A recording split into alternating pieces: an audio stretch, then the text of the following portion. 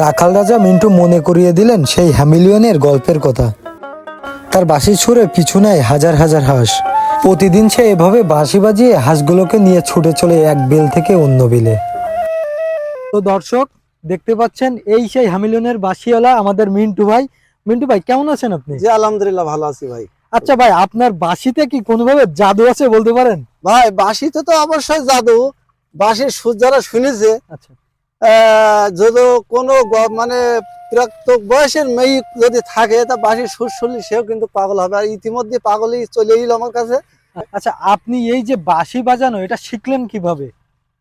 বাঁশি বাজালো ভাই ওই প্রথম জীবনে একামলে একটা ভালোবাসিলাম ভাই। আচ্ছা সে আমার ছাকা দিয়ে চলে গেছে, আচ্ছা বুঝলেন? তা সে ভালোবাসিলাম এই বাঁশির সুরে, আচ্ছা কিন্তু ছাকা দেওয়ার পরে এখন মনে করেন ওই বাঁশি বন্ধ করে দিলাম। তারপরে আবার নতুন করে আমি আবার বাঁশি বাজানো শুরু করলাম পুনরায়। আপনার এখানে যে হাঁসগুলো, কত পিস হাঁস আছে এখানে? আমার এখানে আছে 1500 পিস হাঁস। 1500 পিস হাঁস। তো এইগুলো আপনি কি বাজারজাত করেন নাকি এইভাবে রাখেন? না, আমি তো বাজারজাত করি না। গেলবার করছিলাম, ডিমের হাট ছিল, ওইগুলো ডিমি বিক্রি করছিলাম, মাংস বিক্রি করিনি।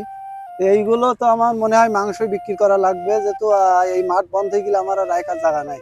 আমি গরিব মানুষ, আমার রাখার জায়গা নাই। আপনি এই হাঁসের ব্যবসা কতদিন ধরে করছেন? আর 2 বছর ধরে করছি। 2 বছর ধরে করছেন। বাঁশি বাজাচ্ছেন কত বছর ধরে?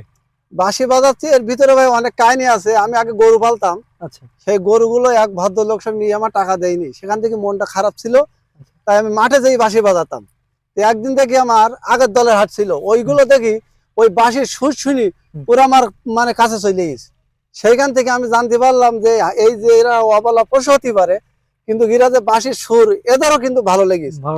এই জন্য তো ওরা আমার পিছিয়ে পিছিয়ে সেখান থেকে চলা শুরু করে। সেইখান থেকে আমি এই বাঁশি বাজাই আর কি, বাঁশি বাজাচ্ছেন মন ভালো রাখার জন্য। আচ্ছা, এই যে আপনি এই যে 1500 হাঁস এইভাবে বাঁশির সুরে তাদেরকে মুগ্ধ করে রেখেছেন, অথবা আপনার পিছে পিছে তাদেরকে নিয়ে ঘুরছেন, এগুলো আপনি যে সময় বাজারজাত করবেন আপনার কি খারাপ লাগবে না? খারাপ তো অবশ্যই লাগবে ভাই। সেখান থেকে আমি জান ফেটে যাই যে এত সুন্দর করে বাচ্চা থেকে এদের মানুষ করলাম, এরা আমার এত ভালোবাসলো, তাদের আমি রাখতে পারলাম না।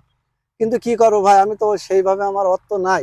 যাই হোক, আগে একটু হালকা, মানে আগে তো প্রথম অল্পতে শুরু করছিলাম, আর এখন তো যাই 1500 পিস হাঁস আছে।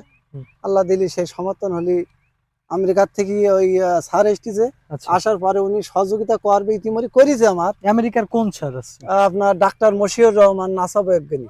আচ্ছা আচ্ছা, ইনি আসবে আপনার কাছে? হ্যাঁ, ইনি আসবে এখন ডিসেম্বর মাস পরে, আপনার ওই মাসে আসবে, জানুয়ারিতে আসবে, তিনি আপনার কাছে আসবে। হ্যাঁ, আসবে। আচ্ছা, আপনার পরবর্তী পরিকল্পনা কি এই হাঁসগুলো নিয়ে? পরবর্তীতে পরিকল্পনা হচ্ছে, যেমন ভিয়েতনাম, বিভিন্ন দেশ, যারা চীন, যেভাবে ওরা ওই বিদেশ রপ্তানি করে হাঁস, আর আমাদের এগুলো তো প্রাকৃতিক খাবার খায়, এই হাঁসগুলোর মাংস চাহিদা বিদেশে অনেক বেশি। আচ্ছা, আমরা চাই সরকার জন্য এই হাঁসগুলো বিদেশে মানে রপ্তানি করে।